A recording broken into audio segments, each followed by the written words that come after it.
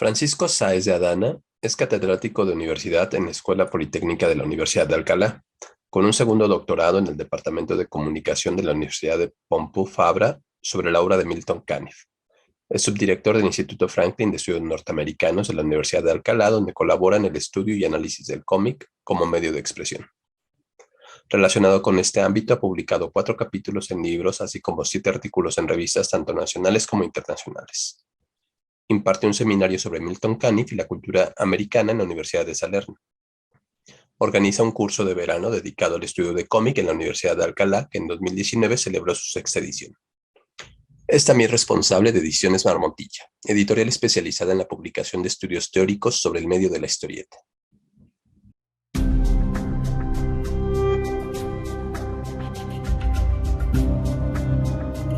Bueno, pues yo soy profesor en la Universidad de Alcalá y soy ahora mismo el director del Instituto Franklin de Estudios Norteamericanos de la Universidad de Alcalá y he llegado ahí fundamentalmente después de una trayectoria en el ámbito científico por mi pasión por el cómic bueno, el cómic en general, pero centrado en el cómic estadounidense y especialmente el cómic serial. Tanto en un inicio, pues las tiras de prensa o las páginas dominicales, como posteriormente, pues el comic book de superhéroes y no solo de superhéroes, ¿no? Todo lo que es el comic book estadounidense, especialmente pues hasta finales del siglo XX.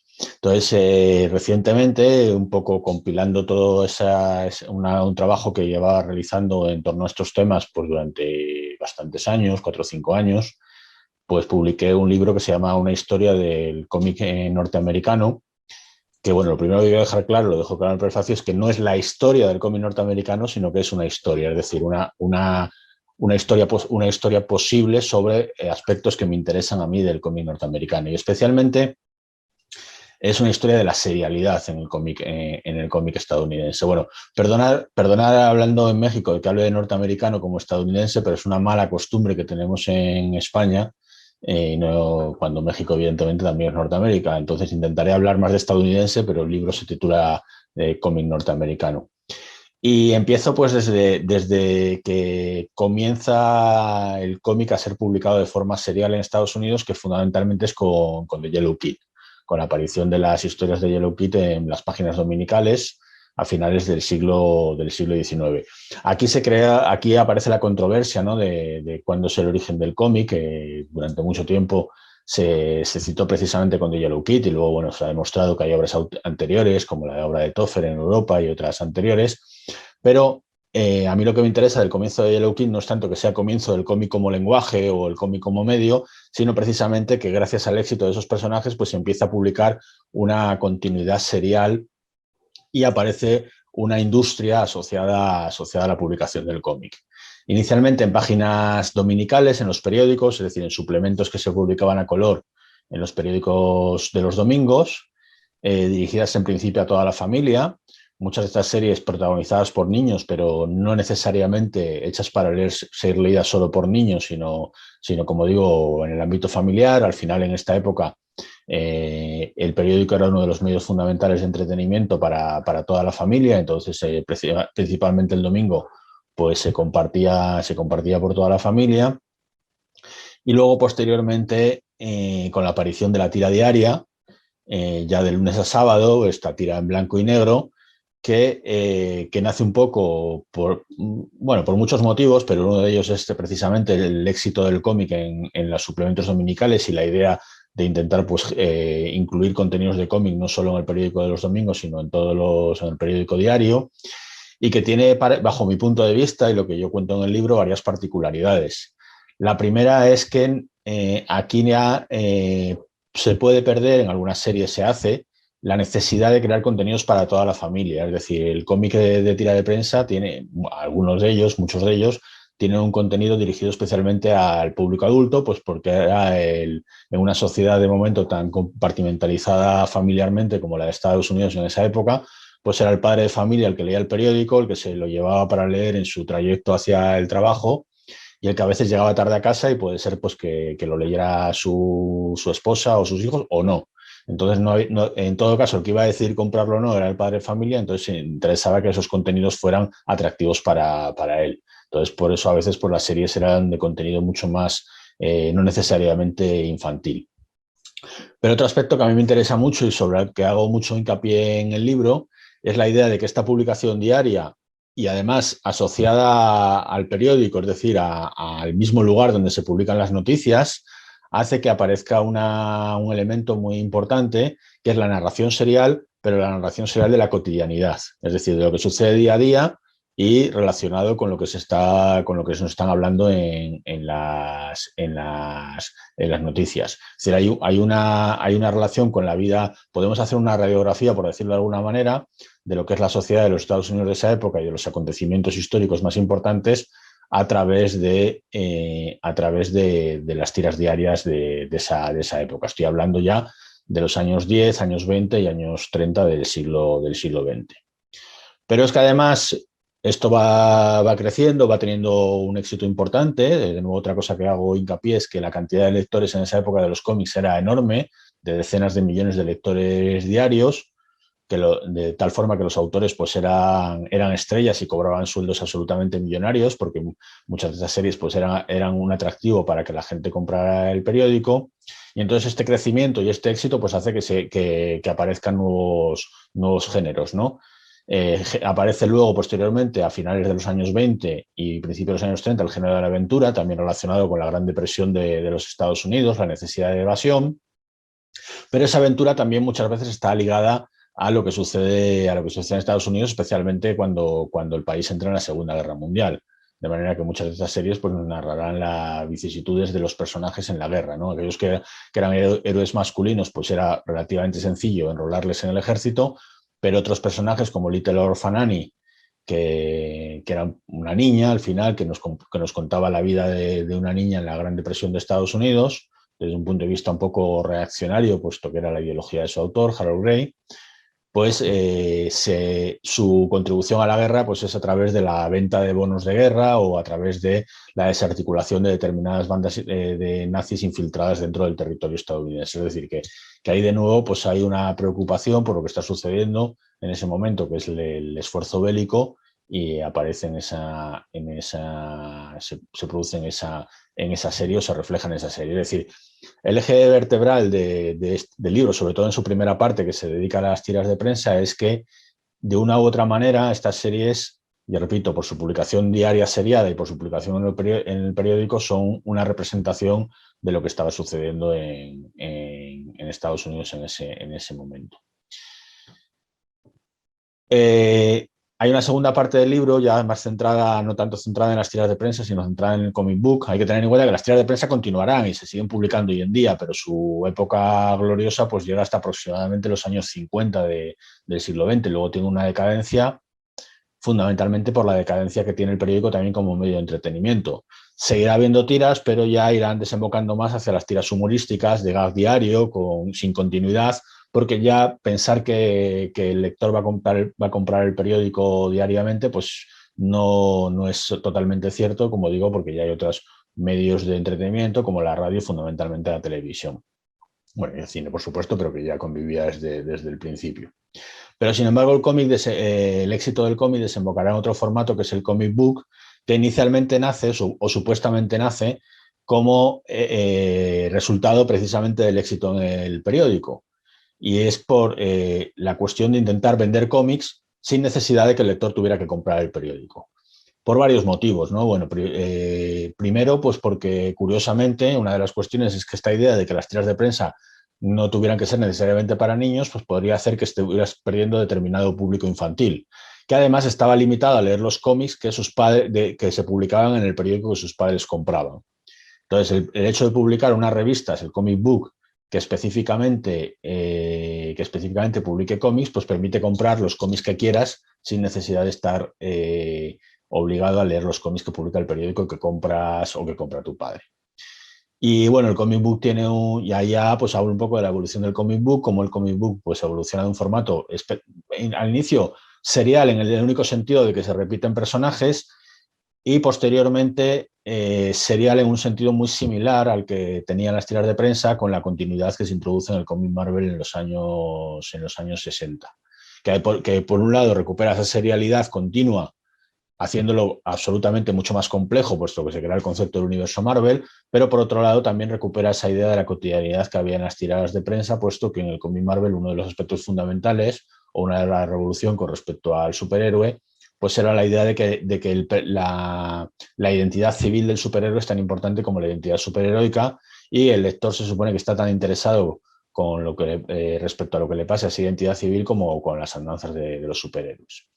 También otro punto clave desde mi punto de vista para el éxito de los superhéroes Marvel es su relación con la ciencia, el hecho de que la mayor parte de los superhéroes pues, sean de origen científico, pues no hay que tener más que pensar en Iron Man, Reed Richards, Peter Parker, todos ellos son científicos, Bruce Banner.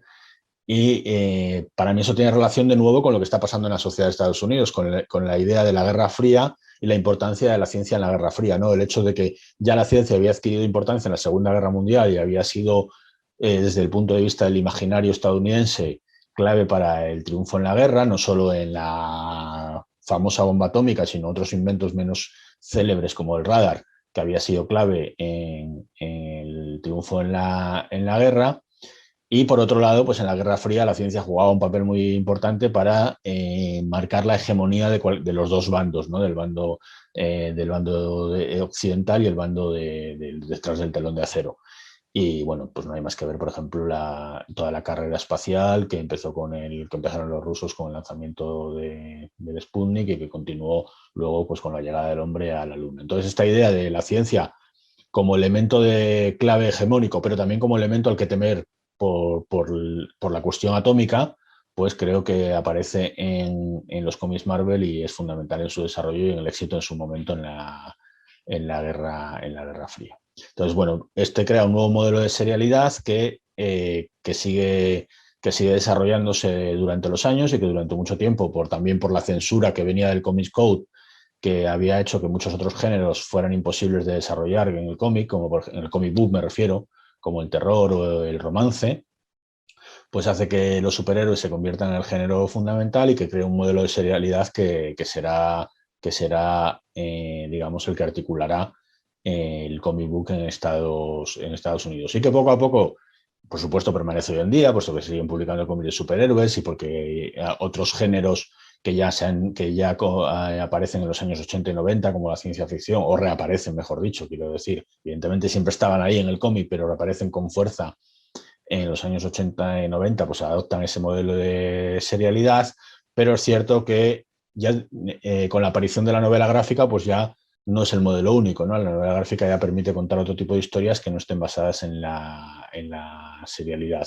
Entonces, hay un cambio de paradigma, bajo mi punto de vista, en el cómic estadounidense por la aparición de la novela gráfica, no solo por las propias novelas gráficas, sino por la idea de que las series seriadas, si se me permite la redundancia, se recopilan también en tomos que también se venden en las librerías en la sección de novelas gráficas. Entonces, eso hace que la serialidad haya que articularla de alguna manera que permita ese trabajo en tomos. Entonces, bueno, pues ya para mí hay un cambio, o hay una serie con la que concluye el libro, que es The Walking Dead, que recupera esa idea de la serialidad y la cotidianidad, porque al final es una serie que tiene un modelo serial continuo durante casi 200 números, que aunque luego se recupere en tomos, la clave de la serialidad es importante, y que por otro lado recupera esa idea de que la vida de los personajes sea más importante que la historia que está contando. Al final en The Walking Dead, si no lo lee no iba a decir con cuidado, pero ni siquiera con mucho cuidado. O sea, en The Walking Dead uno puede ver que al final el apocalipsis zombie no es más que una excusa para contarnos una vida de unos personajes que además pues, pueden morir, que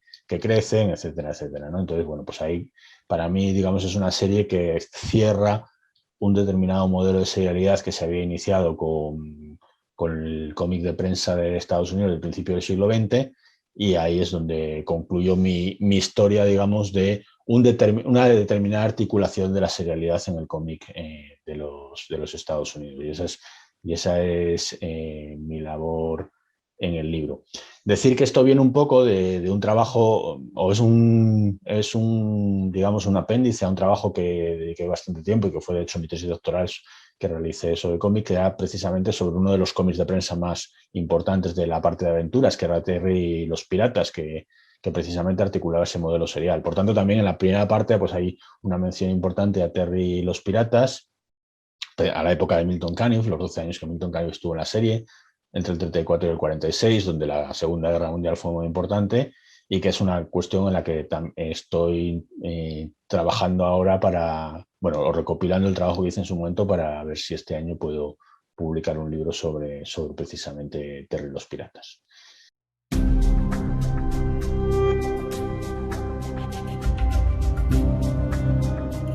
Mira, te intento responder a todo. El tema de la serialidad empieza un poco por gusto personal, lo reconozco. O sea, a mí lo que siempre me ha gustado es el cómic serial. A mí lo que me entusiasma y me sigue entusiasmando en los cómics es llegar, ponerme a leer la historia de un personaje que me apasiona, o de repente leer una historia que se quede ahí con una continuación que me haga estar deseando leer el siguiente número o la siguiente tira. Es decir, yo he crecido con el cómic serial y es algo que me apasiona. Y de hecho, he de reconocerlo, lo digo un poco en el prefacio, que nadie me entienda mal con esto, porque soy un amante del cómic, de la novela gráfica, si queremos definirlo así, pero he de reconocer que la novela gráfica en general me llega menos precisamente porque le falta ese componente serial, esa idea de crecer con los personajes, ¿no? Esa idea de que tú ahora, pues, no sé, descubres, por salirme de los superhéroes y las tiras prensa, descubres Love and Rockets de Jaime y Beto Hernández, cada historia en su momento, cada uno con su historia, y resulta que por lo que sea llegas en los 80, en los 90, descubres una historia de Love and Rockets y dices, ¿esto qué bien está esto? Y empiezas a comprarlo y tú creces con los personajes, ¿no? Pues esa idea de poder crecer con los personajes a mí me apasiona. Pero claro, si ya estamos haciendo un trabajo académico, la pasión personal está muy bien, porque yo creo que la pasión debe estar ahí, y yo creo que cuando decimos, estamos diciendo antes, es que un medio de entretenimiento, pues también el entretenimiento es algo válido, pero por otro lado hay que ver que esto tiene pues una importancia o una trascendencia que merece la pena estudiarlo. Y bajo mi punto de vista, el siglo XX en cuanto al cómic es el siglo de la serialidad, es decir, el cómic se va desarrollando en torno a la serialidad. Es decir, el éxito de Yellow Kid hace que Yellow Kid se publique todos los domingos, pero en principio historias autoconclusivas. Pero cuando ya se da cuenta de que los lectores van a comprar el periódico por el personaje, pues es bueno meter en otras series de Little Nemo y posteriormente la idea de que las historias continúen, porque así el lector va a querer comprar el periódico porque viene la siguiente historia. Y luego, claro, luego esto nos permite, el hecho de que las historias continúen, pues nos permite desarrollar, por un lado, el serial cotidiano, es decir, algo que estaba por otro lado también en éxito en el cine, con el serial primero melodramático y luego el de aventuras, y precisamente también el cómic La Aventura. Y luego nos permite pues, crear el universo de superhéroes. Al final, toda la construcción de los cómics que tenemos en la cabeza como importantes, me refiero en Estados Unidos, que es donde yo centro mi trabajo, pero esto lo podríamos extrapolar a otros países. Toda la idea de los cómics que tenemos importantes en el siglo XX, por lo menos hasta un determinado punto, ¿no? Quizás hasta que aparece Maus, de los cómics que tenemos importantes han venido dados porque precisamente han tenido esa componente serial, esa idea de, oye, mira, yo me quiero comprar el siguiente número de Spider-Man, pero además el de los Cuatro Fantásticos porque continúa. Oye, mira, yo Terry los Piratas, mira, que me interesa, he leído esta parte y quiero seguir al día siguiente a ver qué pasa con Terry, ¿no? Y en The Gumps, que es una de las primeras series más o menos conocidas, pero que articula esta idea de la serialidad, pues a ver qué pasa el culebrón de la muerte de Mary Gold, ¿no? Entonces, esta necesidad para mí ha sido la que ha ido articulando una industria y un crecimiento del medio en Estados Unidos durante buena parte del siglo XX, como digo. Entonces me parecía que era un tema que además se había estudiado muy poco y que me parecía que era interesante estudiar, y por eso lo centré en ello. Entonces, desde este punto de vista, yo desde el principio me planteé que había diferentes componentes, digamos, que quería tratar, y que más o menos trato cada una de ellas en uno de los capítulos del libro, que el libro tiene 10 capítulos y trato diferentes componentes. Pero me parecía que podía quedar en un determinado punto como si fueran componentes estancos, ¿no? Como si cada cosa fuera un capítulo y se cerrara. Y por otro lado, había otro elemento que también me parece muy interesante, que es que esta idea de la serialidad lo que hace es construir un apego hacia los personajes. La idea de que los personajes son algo propio, algo con lo que tú estás conviviendo durante mucho tiempo de lectura, y que lo sientes como algo personal. Entonces, me quería encontrar un hilo conductor de esa idea de la serialidad que además tuviera relación con esa idea del apego a los personajes. Y ahí me sirvió mucho un aspecto que había tratado cuando hice mi trabajo de Terror de los Piratas, que era la muerte de Raven Sherman. La muerte de Raven Sherman es un acontecimiento que se recuerda siempre por el impacto que creó en la sociedad, cómo se hicieron funerales en Estados Unidos, cómo salieron equipos de béisbol con el crespón negro, cómo salieron las noticias, etcétera, etcétera. Entonces, ahí es la muestra clara del apego, ¿no? Cómo afecta al personaje. ¿Por qué? Porque has convivido con ese personaje un determinado tiempo. Pero es que resulta que eso no es un hecho aislado, eso ya nace en la muerte de Mary Goldman de Gans, que es la primera serie que hace una articulación de la serialidad continuada muy importante. De hecho, cuando se habla de Raven Sherman, se dice esto ya había sucedido en Marigold. Lo que pasa es que The Gams no es una serie que se conozca tanto antes. Y resulta que también pasa en la muerte de Gwen Stacy en Spider-Man. Y además, de hecho, John Romita dice que él pensó en la muerte de Gwen Stacy acordándose del impacto de cuando era el pequeño, el impacto que había tenido en sus padres y en la gente de alrededor la muerte de Raven Sherman. O sea que hay una relación. Es decir, que claro, eso lo que dices, puede parecer que Terry los Piratas y Spider-Man no tienen nada que ver, pero no, porque al final es lo que digo, al final la cotidianidad la importancia de la cotidianidad en Peter Parker viene dada porque, o uno de los elementos es que antes nos ha importado la vida de Terry y los Piratas y que antes nos ha importado la vida de los Gumps. O sea, que quiero decir, no a la misma persona porque son muchos años, pero me refiero a, pues igual que a los padres de John Romita les preocupó la muerte de Raven Sherman, pues quizás a sus abuelos les preocupó la muerte de los Gumps. Y entonces me parece que ahí construye esa idea de la serialidad y el apego hacia los personajes.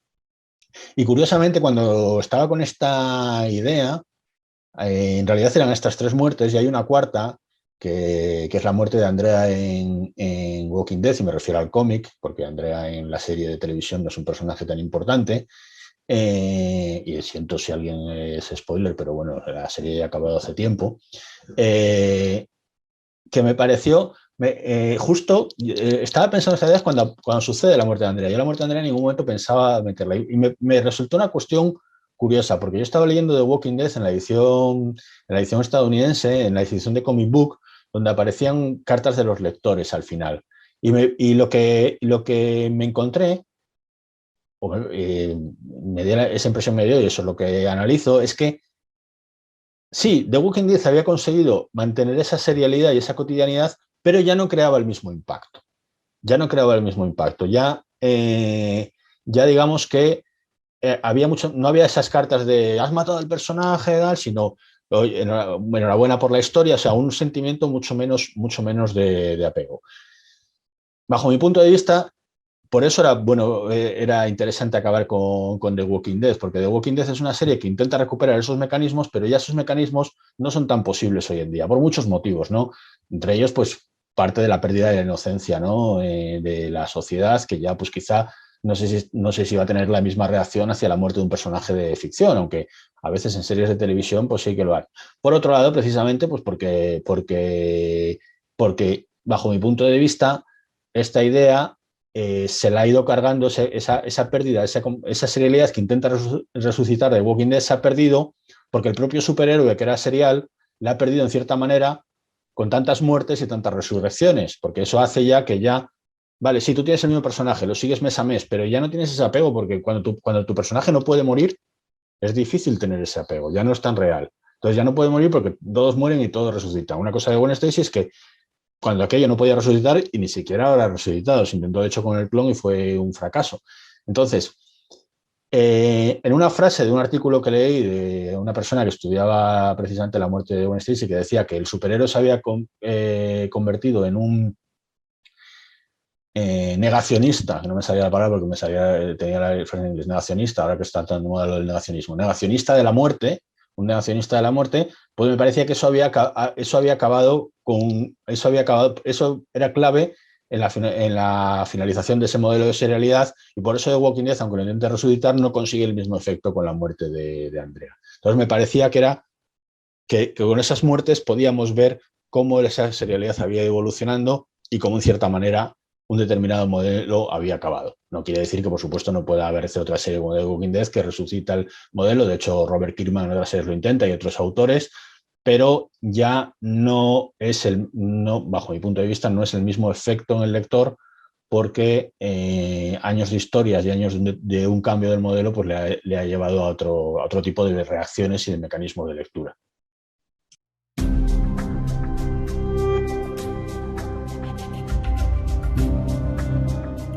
Perdón, exactamente. No menciono tanto la muerte de Superman porque a mí me interesaba de estas muertes que eran de personajes femeninos y más o menos secundarios, personajes reales, entre comillas, sin poderes, ¿no? Pero precisamente sí que menciono que empieza con la muerte de Superman. En su momento, cuando muere Superman, efectivamente hay ese impacto. La muerte de Superman podríamos analizarla casi desde el punto de vista de una muerte de Gwen Stacy o de Raven Sherman, como aparecen las noticias, la gente va a leer los cómics, la gente se asusta, ha muerto Superman. Puede ser, claro, ¿cuál es el problema? Que Superman no puede morir porque es una marca y Superman resucita. Pero digamos que Superman es la primera, no va a ser la primera resurrección en el cómic de superhéroes, pero es la primera resurrección importante, la que da inicio a la posibilidad de podemos crear historias de muerte muy impactantes que luego no pasa nada porque vamos a resucitar a los personajes. Y ahí es donde efectivamente hay ese cambio de cuestión. Ya por muchas muertes que crees, ya no ha habido tanto impacto como la muerte de Superman, precisamente porque nadie se lo cree. Entonces, cuando muere un personaje como Andrea en Walking Dead, no es que nadie vaya a pensar que va a resultar como Superman, porque se supone que la serie está siendo real, pero está el lector tan cansado de la muerte, por decirlo de alguna manera, o tan que ya al final es un episodio relativamente banal. Y bajo mi punto de vista, tienes toda la razón, se empieza a banalizar con la muerte de Superman, porque el impacto que causa inicialmente, a ver, mucha de la gente que le causó impacto, luego probablemente, bueno, se enteraron que se resucitó porque Superman sigue por ahí, pero igual ni leyeron los cómics de resucitación y tal, pero el lector de superhéroes sí que después de ese impacto se dio cuenta de que, bueno, esto al final es una excusa, ¿no? Y luego vino la muerte de Lobezno, al final yo creo que hay pocos superhéroes que no hayan muerto en algún momento y hayan resucitado, con lo cual al final pues es difícil que un episodio de muerte cree un gran impacto.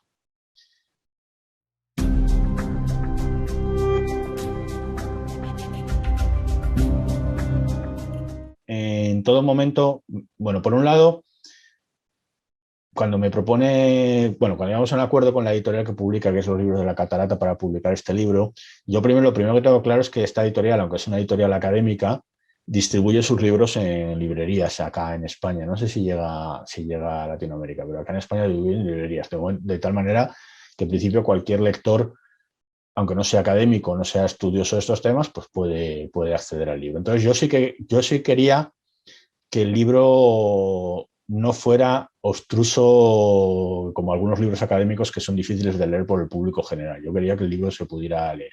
Pero por otro lado, quería también que el libro fuera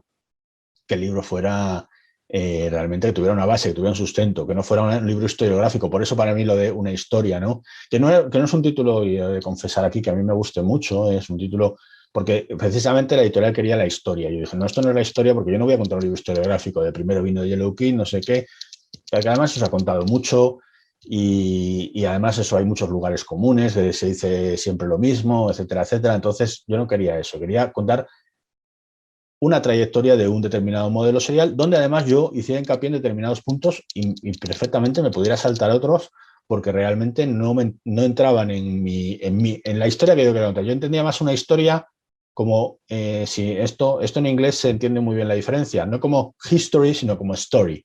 Sí, como una historia que yo te estoy contando. Y en la historia que yo te estoy contando, no tengo por qué, o sea, no sé, si estoy contando la historia de Caperucita Roja, no tengo por qué contar cómo se pone la caperuza y se viste y se ata los botones, no. Salió con su caperuza roja y ya está. Entonces puedo saltarme partes porque no son interesantes en el relato que te quiero contar, pero era un relato. Y ese relato, pero un relato que tenía que ser exhaustivo y digamos, con una base académica. No caer en lo historiográfico, pero sí tener un pensamiento detrás, ¿no? Y mi pensamiento precisamente es ese que he comentado, cómo la serialidad ha ido articulando el desarrollo del cómic en Estados Unidos y a través de ahí se muestran determinados ejemplos a lo largo de la historia, en este caso ya la historia con mayúsculas o la history, determinados momentos seleccionados. Pero sí con absoluto rigor, es decir, que se pueda leer, pero que tenga rigor y evitar precisamente también los lugares comunes. Seguramente alguno no he podido evitar. Quiero decir, ¿qué quiere decir con los lugares comunes? En la historiografía de la historieta hay determinadas cosas que se cuentan porque fueron así, todas las hemos ido, digamos, replicando, ¿no? Que, pues, por ejemplo, una de las cosas que digo en el libro, todo el mundo dice que el juicio que hubo por The Yellow Kid es el origen del término periodismo amarillo. Sin embargo, y esto no lo digo yo, Bill Blackbeard hace un tiempo en un libro demostró que no es cierto esto, que el término de periodismo amarillo estaba antes del juicio de Yellow Kid. Bueno, pues yo lo que intentaba en el libro es, entre las que por cuestiones que he leído, otras por mi propia investigación, porque yo hice investigación en archivos en Estados Unidos, pues cosas que yo veía que siempre ha sido, se dice esto, pero que realmente hay determinadas pruebas de que no, pues intentaba incluirlas. Seguro que al final alguna, pues al final, como las tienes tan interiorizadas de leer tantos libros, pues he dejado puesta que otro investigador vendrá detrás y me la corrobora, perdón, me la contradecirá. Seguro, es lo bonito de la investigación, ¿no? También decir cosas que en un determinado momento viene otro detrás y la investiga, ¿no? Pasa con la historia siempre. Cosas que se van descubriendo y que desautorizan a otras anteriores. Estoy seguro de que en mi libro igual ya se desautoriza alguna cosa o se desautorizará. Pero sí que por otro lado otras, o sea, quería intentar que lo que se dijera pues fuera lo más riguroso posible. Es decir, mira, esto es así porque lo hemos visto de esta manera y aunque tuviera que en un determinado momento contradecir cosas que se habían dicho. Entonces esa era siempre mi aproximación. No una aproximación historiográfica, pero cuando nos pusiéramos en el punto de la historia necesario para el relato, intentar ser lo más riguroso posible.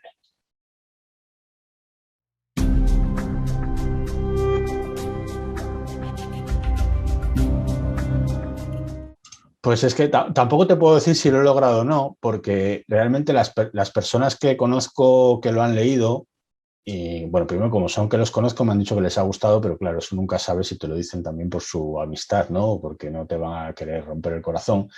Pero digo, me ha gustado y precisamente dicen que lo que les gusta es que se lee muy bien y que se lee muy solamente, pero son personas con un background investigador y académico, etcétera, etcétera. Entonces, realmente no he encontrado a nadie, no conozco a nadie, vaya, que lo haya leído, que no tenga...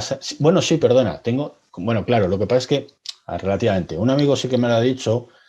No es investigador de historieta porque él es físico y de hecho no es lector de historieta, no es lector de cómic y me ha dicho, ojo, pero claro, también es buen amigo, lo he leído y es como leer una historia y me ha encantado, lo he leído de esa manera, pero bueno, también él es académico también, aunque de clase de física, entonces, digamos, gente que no tiene ese background académico y que lo ha leído, la verdad es que no conozco a nadie que me haya podido decir, pues mira, oye, sí, se lee muy bien, oye, mira, es que no, es el típico texto académico que no se entiende.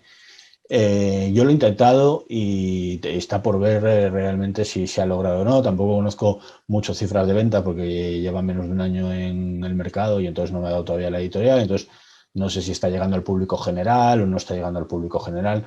Es un modelo, pero sí que mi intención siempre era, pues eso, en un determinado momento quiero decir, no, voy a simplificar mucho, pero la idea era, pues eso, contarlo en modo relato, donde en modo relato, si yo, por ejemplo, tengo que decir, oye, pues que sepáis que el periodismo amarillo no viene por The Yellow Kid, porque es este ejemplo que me venía a la cabeza y algunas otras cosas. Pues en lugar de decir, oye, que esto no viene así con modo relato, pues digo, como hacemos la, ¿no? Como dice Bill Blackbeard y pongo la cita, pero digamos, llevarlo en plan de historia. Oye, mira, te voy a contar la historia de realmente lo que es el periodismo amarillo. Pero como esto también, la voz, digamos, de la que saco es la de Bill Blackbeard, pues vamos a ver cómo lo dice Bill Blackbeard, ¿no? Entonces, mezclar esas dos cosas, ¿no? Dentro de reconocer dar las fuentes, pero contarlo en modo relato. Ya te digo, no sé, esa es la intención. No sé si lo he conseguido o no, y supongo que como pasa con todos los libros, pues para alguna gente lo habré conseguido y para otros no, ¿no? Me imagino que algunos pues dirán que es muy difícil de leer, u otros al revés dirán, oye, sí, se lee muy bien, lo has conseguido, pero es que me parece muy poco riguroso precisamente por tal. Bueno, pues puede ser, al final pues puedes directamente por igual por ir por esos dos caminos, igual no he acertado en ninguno, no lo sé, me gustaría pensar que un poco por lo menos sí.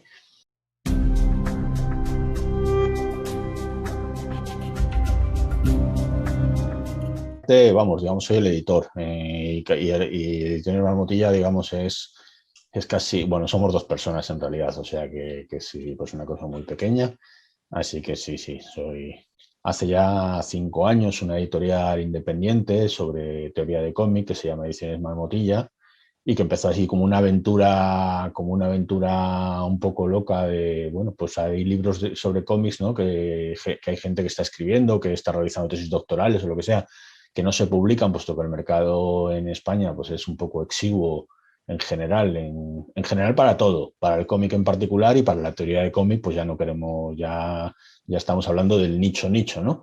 Entonces, bueno, pues me parecía oportuno que dar alguna salida a ese tipo de publicaciones. Entonces, con una aventura de microedición, puesto que hacemos tiradas pequeñas, iniciamos con un libro sobre mouse. Y curiosamente, pues esa aventura nos ha llevado ahora 5 años después a tener más de 15 libros en catálogo y bueno, y haber publicado autores. Recientemente hemos publicado la versión en España del libro del Sistema de la Historieta de Terry Groenstein, que es uno de los libros más importantes del lenguaje del cómic en general, pero que no se haya publicado nunca en español. Y hemos publicado autores como Roberto Bartual, o traducido también autores como Gino Frezza, que es un autor muy importante en Italia y nunca se había publicado en español. Es decir, una labor que, bueno, que creo que era necesaria y que la verdad es que estamos muy contentos con cómo ha ido funcionando, pese a la aventura un poco lanzada, o el salto al vacío que parecía que era en su momento, ¿no? Siempre desde la modestia de las tiradas pequeñas y la de microedición, puesto que el público objetivo de este tipo de aventuras pues es limitado, obviamente. Y bueno, más o menos esas son las dos cosas más importantes. Bueno, una cosa de la que estoy bastante orgulloso también recientemente es que por este amor también por el cómic de prensa en Estados Unidos, pues yo no sé si esto será posible encontrarlo en México o no, pero Diablo Ediciones aquí en España, el que lo he recibido hoy, y como estoy muy contento lo quiero enseñar, ha publicado la edición de Polly Angel Pals en español. Yo no sé si esto se puede encontrar en México o no. Aquí se ha distribuido esta semana, no sé si llegará allí. Y bueno, pues por esta relación con el cómic de prensa, es una de las series más importantes de prensa de los años 10, 20 y 30, pues he tenido el placer de traducir la edición en español y estoy muy contento que me ha llegado hoy. Así que bueno, pues ya digo, todo un poco por el amor a la historieta, pues a todo lo que se puede hacer, pues se va haciendo. Pero la labor central es lo que he comentado del libro y la labor de editor en Ediciones Marmotilla.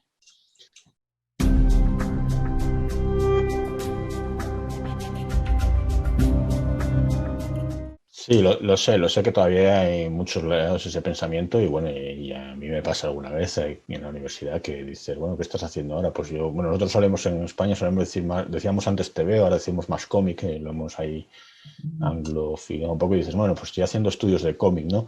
Y te miran como, ¿qué cosa? Ah, sí, yo leía, bueno, Tintín, Asterix o Mortadelo, que es muy conocido en España o lo que sea, pero te dicen como, ah, ya eso ya lo dejé atrás, ¿no?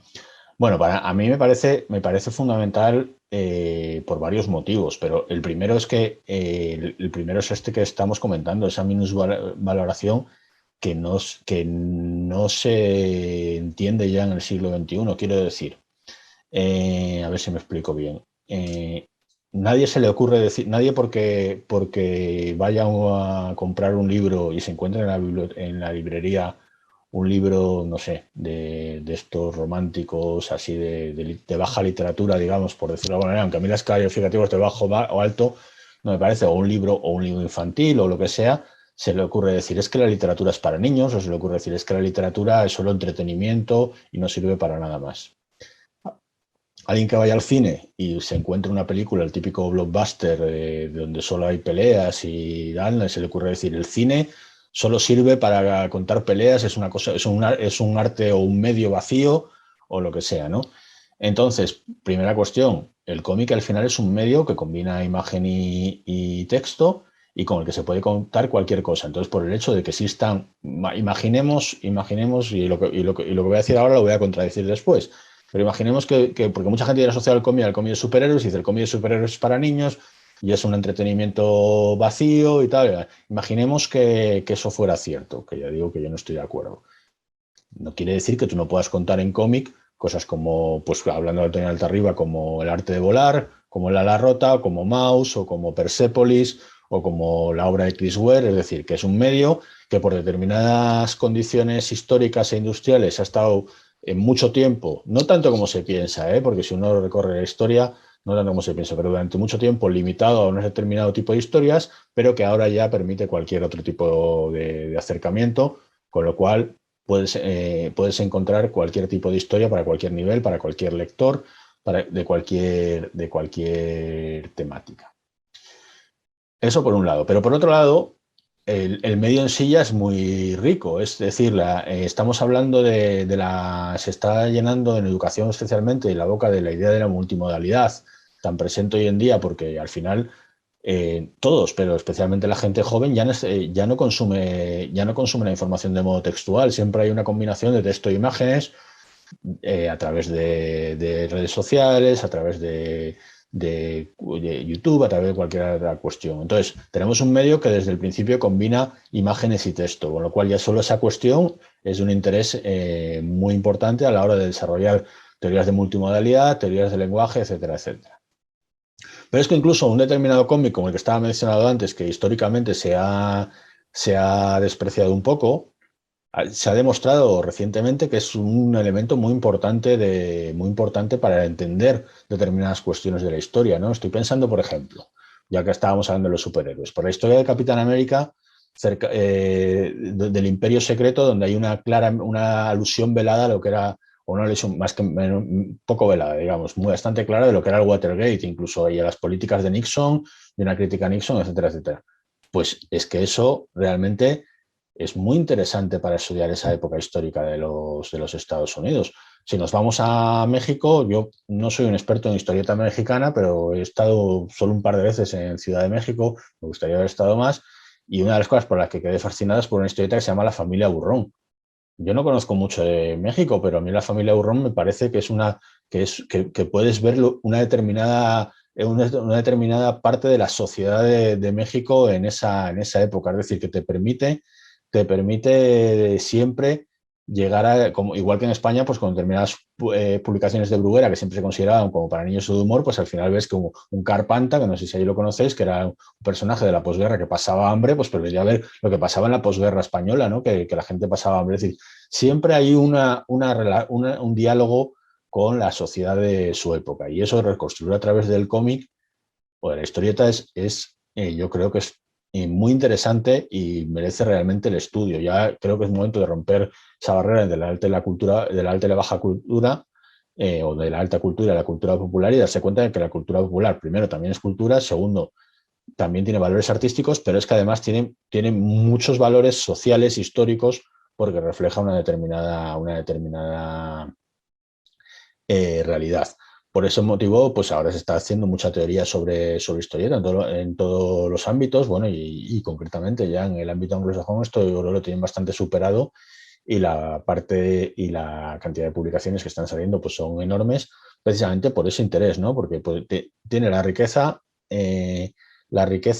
temática, la riqueza de lenguaje o multimodal, y la riqueza social o histórica de reconstruir, de poder reconstruir pues, determinados momentos o determinados aspectos sociales a través de esas historias, con lo cual yo creo que es muy necesario, y es especialmente necesario porque precisamente por el motivo que ha empezado tu pregunta, porque como ha sido tan despreciada históricamente, hay muchísimo por hacer para darse cuenta de la validez del medio.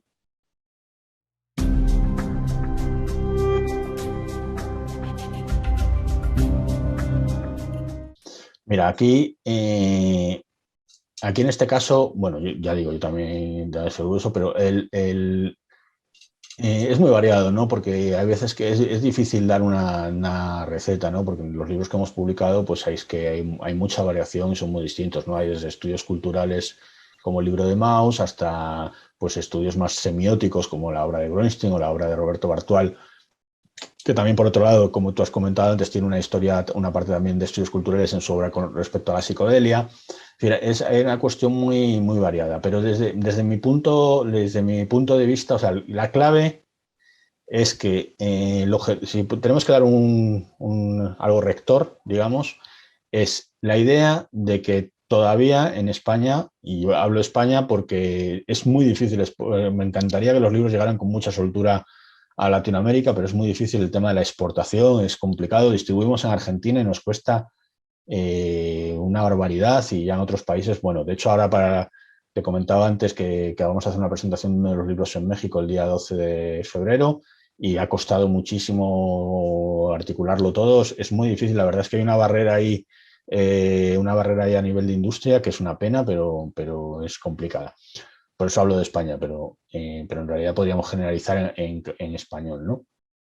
Bueno, la idea es que, como digo, la bibliografía teórica respecto al cómic todavía es muy pequeña. Por suerte está creciendo, como bien has comentado que he hecho ahora de Antonio Altarriba, pero todavía es muy pequeña.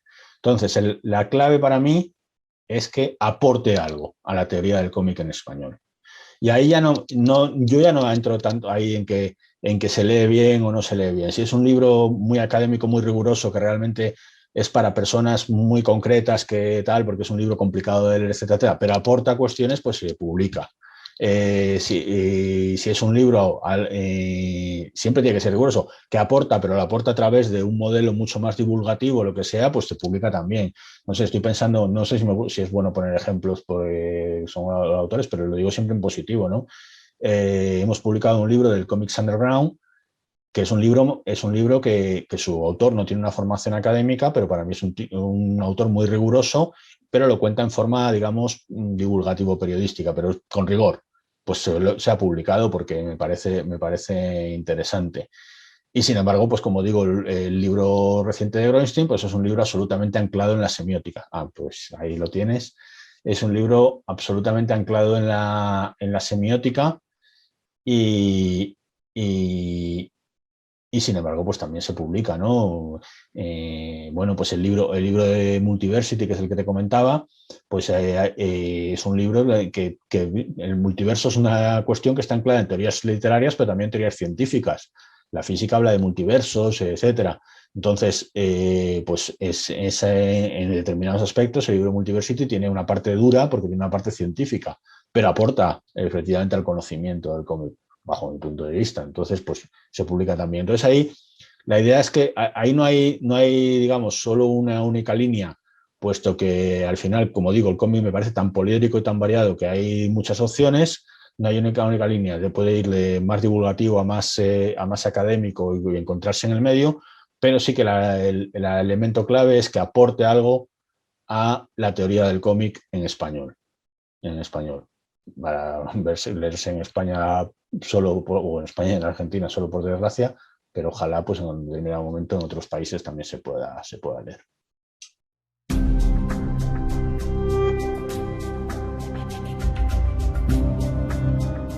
Mira, lo que dice Gerardo es absolutamente cierto.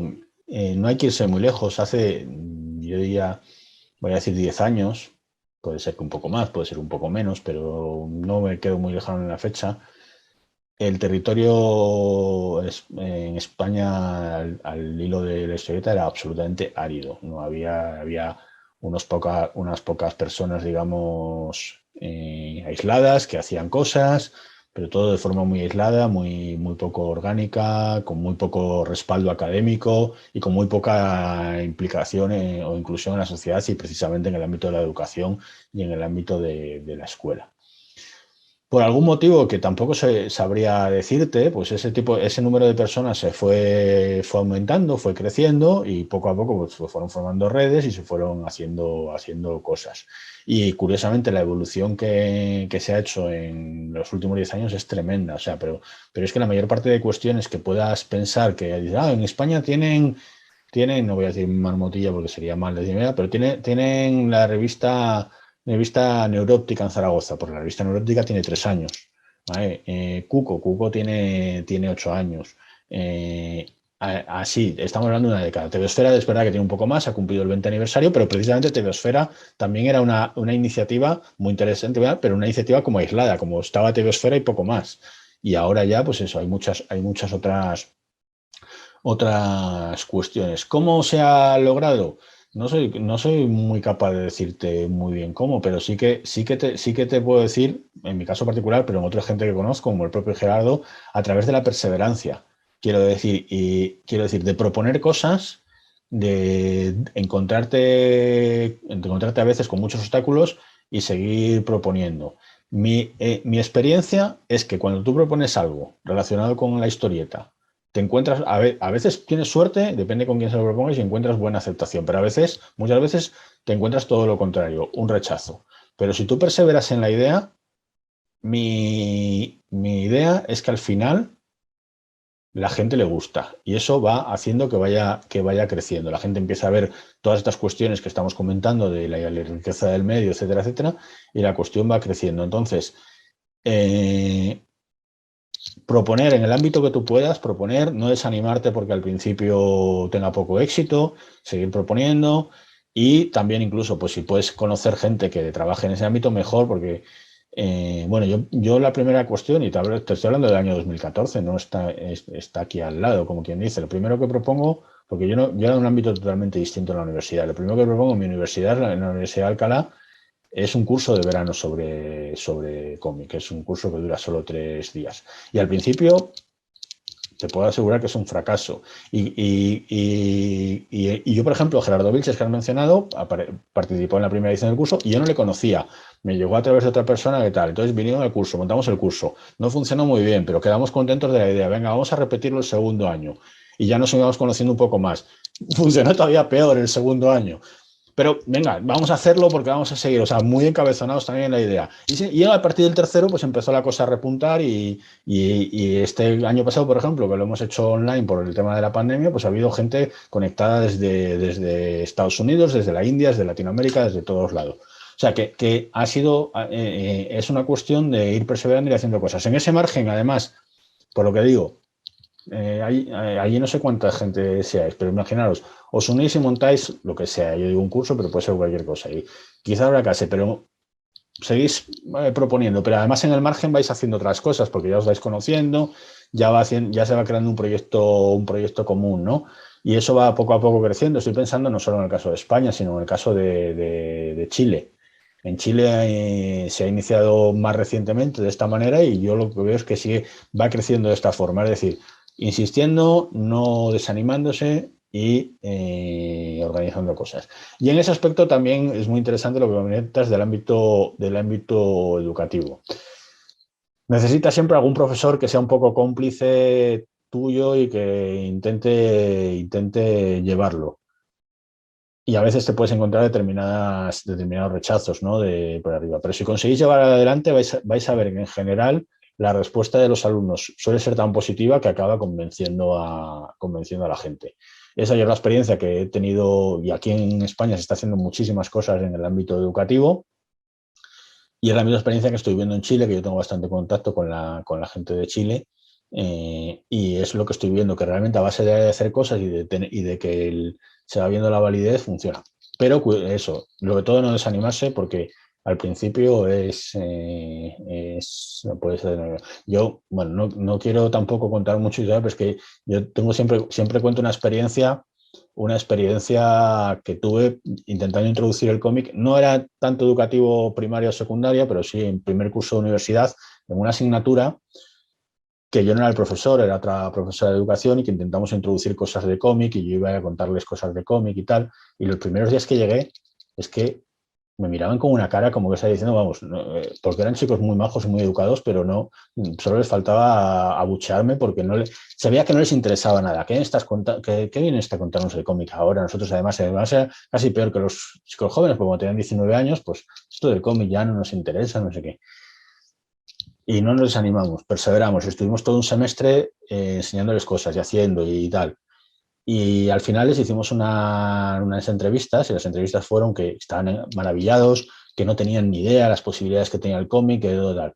Entonces, claro, aquí puedes ir los primeros días, las primeras semanas, y ves el rechazo y dices, bueno, nah, esto no funciona, me desanimo. O puedes ser un cabezota y decir, no, el cómic al final les va a gustar porque el cómic es muy positivo, saber creer en la idea y perseverar. Y mi experiencia es que si perseveras, normalmente tienes éxito. Entonces, proponer, no desanimarse ante los fracasos y perseverar, es lo único que se me ocurre. Y juntarse con gente, eso sí, porque para alguna manera también de perseverar es encontrar a alguien al lado que te anime, que te apoya, porque al final si vas tú solo de francotirador, pues al final es difícil, ¿no? No mantener el ánimo, que es un poco lo que yo cuento también en mi experiencia, ¿no? Al principio cuando propongo cosas no conocía a nadie, fui conociendo y el apoyo de la gente, pues eso nos ha hecho ir creciendo a todos, yo creo. Desde luego a mí sí, y espero que al resto con los que colaboro, pues también.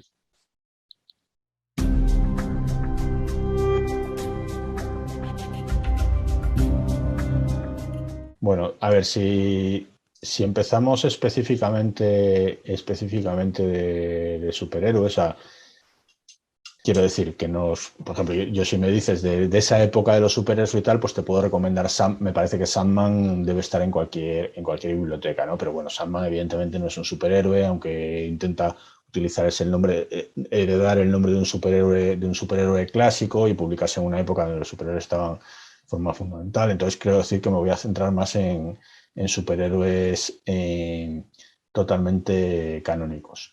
Mira, a mí me ha funcionado bastante bien. En este caso a nivel doméstico, te hablo con mi hijo concretamente, ¿no? Que ahora es adolescente, me ha funcionado bastante bien.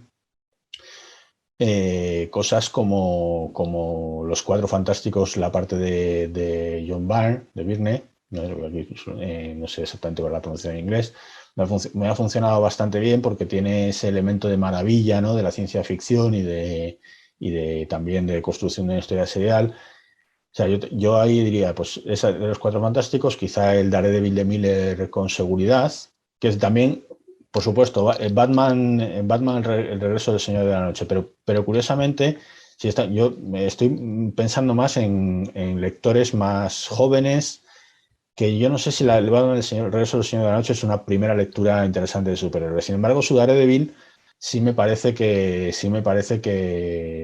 se lee bastante bien por gente más joven, pero que es una historia interesante de serie negra y que además les puede entroncar con la serie de Netflix, ¿no? Bueno, que bajo mi punto de vista palidece ante el Daredevil de Miller, pero sí que toma determinados temas.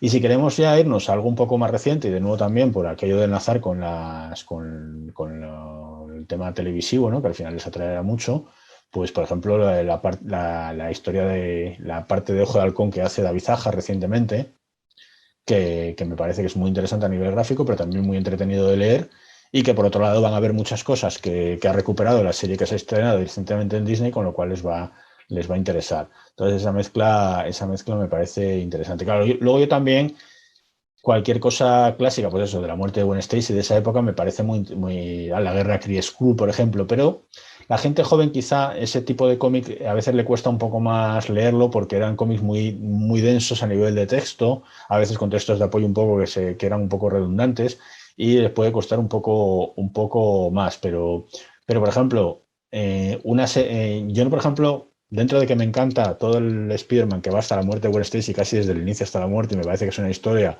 de 150 números muy bien construida, me parece que va a ser muy difícil que un lector joven le pueda interesar todo. Pero, por ejemplo, seleccionar determinados momentos de esa historia y acabar con la muerte de Gwen Stacy, yo creo que sí que puede funcionar. Sí que puede funcionar. Pero bueno, si tuviéramos que ir a etapas, yo me iría con el primero Los Cuatro Fantásticos de Byrne, el Daredevil de Miller y el Ojo de Halcón de David Aja. Son las tres que se me han ocurrido ahora, pero igual luego pienso otras y se me vienen a la cabeza otras. Y el motivo por el que yo las elijo, bueno, en este caso, porque me has preguntado para gente joven, cosas que creo que pueden conectar bien con los jóvenes, y en este caso extrapolo un poco la experiencia de mi hijo, pero que también a nivel artístico me parecen que son muy interesantes, ¿no? Me parece que cada una en su momento revolucionan el cómic de superhéroes de alguna manera. Eh, David Agents produce un sentimiento independiente en el cómic de superhéroes, una narración de tipo independiente en el cómic de superhéroes. Miller recupera, pero actualiza también toda la parte de Will Eisner, del género negro, pero con unos toques también de la narrativa japonesa en Daredevil. Y en Los Cuatro Fantásticos lo que se hace es superhéroes en estilo puro, pero con una narrativa pues moderna para los 80, pero que pues, curiosamente, te digo, según mi experiencia, sobrevive bastante bien. Pero creo que hay obras pues, que facilitan, ¿no?, el acercamiento a determinados lectores. Algunas sobradamente probadas, por ejemplo el Mouse. Mouse facilita mucho la lectura, primero porque es un tema que interesa, el tema del Holocausto. Segundo, porque está contado de una manera, primero, que llega bien al lector, pero que además recupera una tradición que todos en alguna manera tenemos en nuestra mente, porque o bien eres de una edad y has crecido con Tony Jerry, o eres de otra edad y has crecido con Rasca y Pica, no sé si se llaman así en México, Itch and Scratchy de Los Simpson, o eres al final, o ya eres un aficionado a los cómics y has leído Crazy Cat. Lo que sea, al final todos hemos crecido con la historia del gato y el ratón y entonces llega. Yo creo que eso es una de las claves de Mouse. Entonces yo a un lector, desde luego, que no hubiera leído nunca cómics, aunque sea manido, le recomendaría Mouse, desde luego.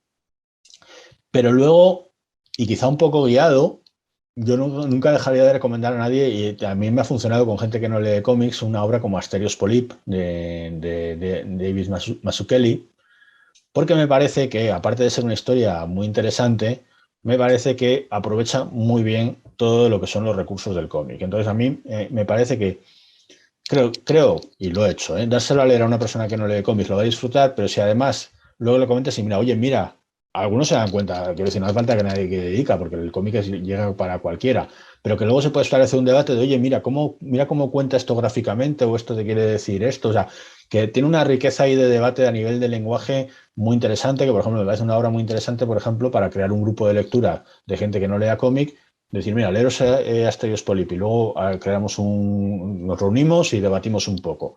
Y estoy seguro de que van a salir ideas muy, muy ricas. A mí me parece una historia, bueno, pues brillante en ese aspecto. Y ya te recomendaría también, también voy a caer en un tópico, pero es que al final caigo en un tópico, pero es porque ha funcionado y precisamente ha funcionado con el público general, que es Arrugas de Paco Roca, una obra española que trata el tema del Alzheimer y también lo trata con una sensibilidad que llega a todo el mundo. Entonces yo creo que es una obra que va a funcionar en un lector no iniciado en el cómic. O obras más recientes del propio Paco Roca, como La Casa, o que también pues al final yo creo que pueden llegar a cualquier lector. O si no, si ya nos vamos a un terreno, bueno, vamos a mezclar un poco todo, ¿no? Porque estas al final son obras, digamos, donde ya partimos de la parte del cómic de contar una historia que se salga del género, ¿no? El cómic mucho tiempo estuvo asociado al género, superhéroes, ciencia ficción, aventura, lo que sea, pero siempre género, y ahora esas no son historias de género, son historias cualquiera, ¿no? Pero si queremos, por ejemplo, bueno, quiero algo de género, pero, pero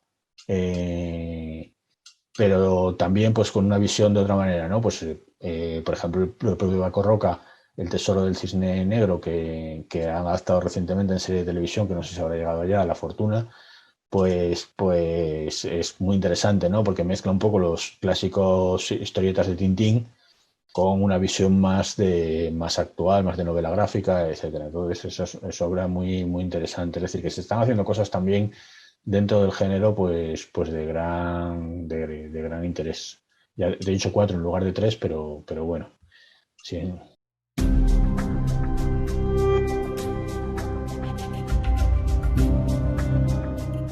Bueno, ya que has mencionado que Altarriba ha mencionado a Ardalén, pues uno de ellos sería Miguel Ángel Soprado. A mí me gusta todavía más que Ardalén, me gusta Trazo de Tiza. Trazo de Tiza me parece una auténtica maravilla. Yo no la he dicho antes en la lista porque no me he acordado, pero ahora que has mencionado a Ardalén me he acordado de Trazo de Tiza. O sea, Miguel Ángel Soprado yo creo que es un autor que hay que leer. Y ahí depende un poco, no, si vamos, digamos, autores de peso histórico, pues Carlos Jiménez, pues es para Cuellos, por ejemplo, hay que leerlo, ¿no?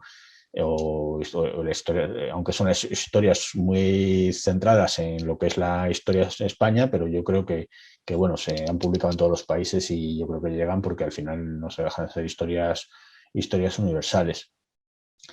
Pero bueno, ahí podemos entrar en otros clásicos, ¿no? Pues por ejemplo, como Daniel Torres, que también tiene trabajos muy, muy interesantes relacionados con la ciencia ficción. Estos son, digamos, autores ya clásicos, aunque todos ellos siguen publicando. El año pasado han sacado libro todos, precisamente. Miguel Anso, Daniel Torres y Carlos Jiménez. Y siguen publicando y tienen una obra muy, muy interesante. Yo creo que esos tres se deberían leer. Pero bueno, luego hay un panorama de autores más modernos que también son de gran interés, ¿no? Como Ana Galván, como María Meden, Laura Pérez, además muchas autoras femeninas. Se va a decir mucho más de tres, pero te estoy diciendo casi tres clásicos, tres más modernos, ¿no? Tres más modernos, y luego hay un territorio, digamos, intermedio donde yo solo te voy a decir uno, porque es un autor clásico, porque publicaba en esa época, pero no ha hecho tanto cómic, o te voy a decir dos mejor, no ha hecho tanto cómic entre medias y han vuelto a hacer cómic recientemente, como son Javier Olivares, que tanto con Santiago García como con Jorge Carrión tiene una obra muy interesante, o Sento, que llevaba mucho tiempo sin hacer cómic y hizo la biografía de su suegro, el doctor Uriel, que también es de gran interés. Entonces, hay mucho. Y estoy seguro, y lo que lamento es desconocerlo, eh, porque siempre he ido dos veces a la Ciudad de México, pero las dos veces con muy poco tiempo y no he podido, no me han sabido decir exactamente, Oscar. Estoy seguro que en México también hay autores muy interesantes ahora y lamento no poder nombrar porque desconozco y me encantaría conocer, a ver si en esta próxima visita puedo encontrar con mi mexicano actual. Sí que cuando he ido he comprado alguna cosa de, digamos, antigua, ¿no? Pues como he dicho, la familia Burrón y bueno, pues cosas como Fantomas y ese tipo de cuestiones, pero porque me interesa mucho el cómic histórico mexicano, pero cosas más modernas no conozco tanto y me encantaría. Es esa cosa que siempre lamentamos siempre, vamos, no solo yo, sino la gente de cómic de España, que nos llegan muy poquitas cosas de Latinoamérica pese a compartir el idioma.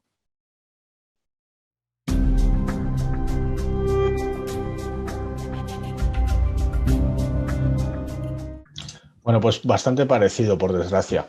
Hay mucho material de una determinada época que o sea, que está en manos de coleccionistas o de tiendas de segunda mano, que puedes encontrar alguna cosa en mejor o peor estado, lo que sea, pero que no se reedita nunca ni creo que nadie tenga intención de reeditarlo.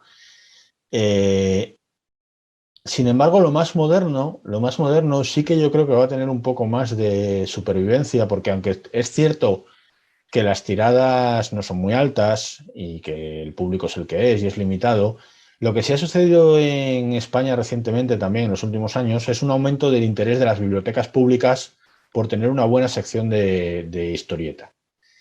Y entonces las obras principales de la historieta española actuales están en un número razonablemente bueno de bibliotecas. Entonces, ahí es donde yo creo que se va a poder conservar.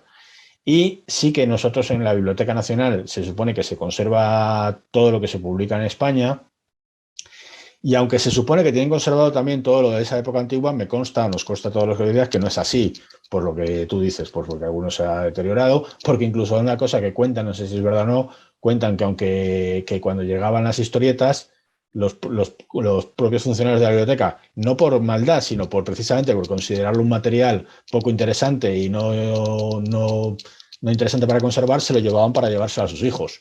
Quiero decir que se suponía que sí que había entrado en la biblioteca, pero no está en la biblioteca porque alguien se lo llevó. ¿Vale? Pero con lo de ahora sí que se está teniendo un poco más de cuidado en que se conserve. Entonces, en ese aspecto sí que yo creo que va a ser posible que permanezca. No desconozco el caso mexicano, pero quizás sí que habría que intentar concienciar una buena campaña. Mira, eso también funcionó muy bien aquí. Yo no sé, ahí no te voy a saber decir muy bien porque yo no conozco, pero igual sí que puedo creo que puedo igual ponerte en contacto con alguna de la gente que estuvo involucrada. Se hizo una labor durante determinado tiempo, a principios de esta década, bueno, de esta década no de la 20, sino de la anterior, 2010 o incluso un poco antes, por precisamente eh, fomentar esta idea de las bibliotecas comprando cómic. ¿Qué se hizo? Pues que se crearon grupos que lo que hacían era, por ejemplo, crear catálogos para bibliotecas. ¿No? Esto que hemos estado haciendo ahora de ¿qué 3 obras? No sé qué, pues en lugar de 3 vamos a hacer 30 y en lugar de, bueno, podemos empezar también con obras extranjeras, o mouse o lo que sea, porque, para que estén, pero que incluya también obra mexicana, ¿no? De decir, mira, ¿cuáles son los autores mexicanos importantes que ahora deben estar? Y eso se envía a las bibliotecas. Y a veces lo envías es como un mensaje en una botella, ¿no? Llega ahí y alguno lo abrirá y dirá, bueno, tal, y tal. Pero, y sin decirte que fuera así, porque tendría que hablar más con la gente que estuvo implicada en el tema, pero más o menos de esa manera, algunas bibliotecas empezaron a interesar, empezaron a introducir en su lista de compras, digamos, algunos cómics, igual les mandaba ese catálogo y les ponías 100 obras, igual pedían dos. Pero bueno, se ve que sí, que una de las cosas, a mí eso me lo han dicho los bibliotecarios, se dieron cuenta de que el cómic, cuando tenían cómic, la gente lo miraba y lo tomaba en préstamo, y entonces pues fueron comprando más y más y fueron creciendo las colecciones. Entonces, hacer una labor, claro, lo que pasa es que el problema que tienen muchas veces es que los bibliotecarios no conocen y entonces no saben qué comprar, y alguien les tiene que decir qué comprar. Y entonces alguien tiene que hacer esa labor, digamos, desinteresada, de decir, mira, esto es lo que tienes que comprar, ¿no?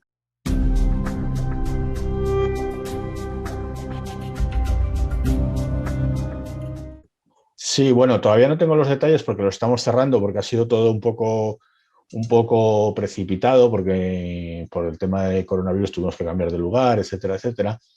Pero en la librería Multicomic, creo que es así, de Ciudad de México, el día 12 de febrero, todavía la hora no está clara, pero seguramente a la 1 de la tarde, se presentará el libro de What If a Multiversity de Angélica Cabrera, que es sobre el Multiversity de Grant Morrison. Entonces, pues todo el que vea este vídeo está invitado a pasarse. Allí estaremos hablando del libro, de Grant Morrison, de historieta, de todo lo que haga falta.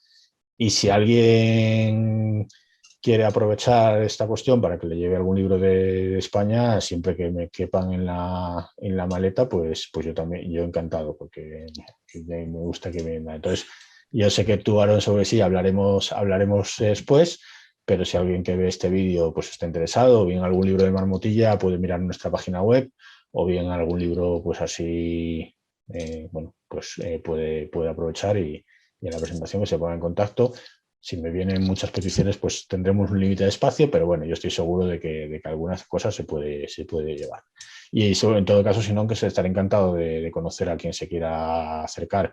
La verdad es que el libro de Angélica merece mucho la pena. Angélica es un caso, uno de los casos que a mí me gusta publicar, porque quiero decir, publicar a Bronstein o publicar a Gino Frezza, pues son gente ya con una historia y una trayectoria, ¿no? Y entonces dices, bueno, pues eso es un libro que todo el mundo reconoce como canónico, ¿no? Pero Angélica es una chica que terminó su tesis doctoral, le envió y, ojo, esto es una maravilla, hay que publicarlo.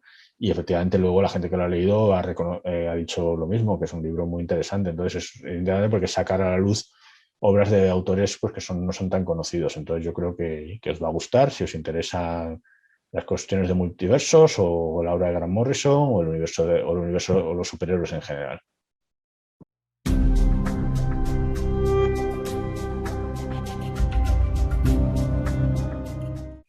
No, la verdad es que ha sido un placer hablar contigo y hablar de estos temas. Y yo solo casi animar, si este vídeo lo ve gente que no es habitual lectora de cómics, yo casi lo que quiero agregar es que se animen a leer, porque van a encontrar que es un mundo muy apasionante. Yo siempre digo lo mismo, o sea, hay unas determinadas personas, como entre las que me incluyo, que somos grandes aficionados y hasta a veces estamos obsesionados por el medio, ¿no? Y no paramos de leer cómics y tenemos la casa llena de historieta y de cómics y de tal. Eso no tiene por qué ser lo normal, quiero decir. También hay mucha gente que va al cine eh, eh, casi todos los días o que lee muchísimo y tal, pero hay una media de gente que va al cine de vez en cuando, que que lee libros de vez en cuando. Pues lo mismo, incluir en ese menú algún cómic, estoy seguro de que se van a llevar una gran sorpresa. Entonces, animar a la lectura de cómics porque hay muchas cosas buenas que se publican ahora, muy variadas, con lo cual se puede encontrar para todos los gustos y estoy seguro de que se van a sorprender. Así que animar a eso nada más.